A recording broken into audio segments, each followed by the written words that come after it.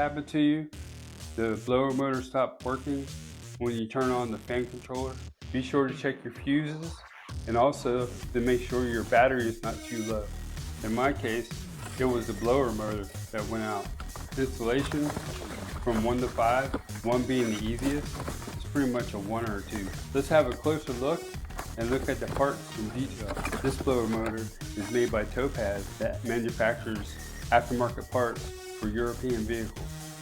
I received the option without the blower motor regulator. I'm planning on transferring the blower motor regulator over to the new blower motor. This new blower motor is spinning freely. This is the wiring harness that connects straight to the blower motor regulator. Be sure to connect this wire harness into the regulator before you bolt it into the blower motor. Use the star torque bits to fit your vehicle to remove necessary bolts in your vehicle. I easily removed the original BMW blower motor out, and now I'm comparing the two. Squeeze the sides of the wiring harness to release. There are only 2 star torque bit screws that are bolting down the regulator.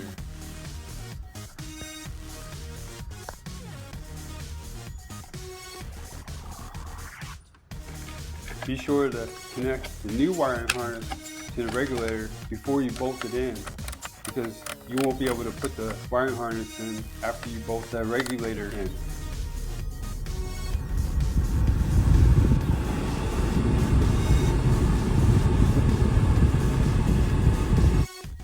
If this video was helpful and vibe with you, please visit our product link below in our description for the product information.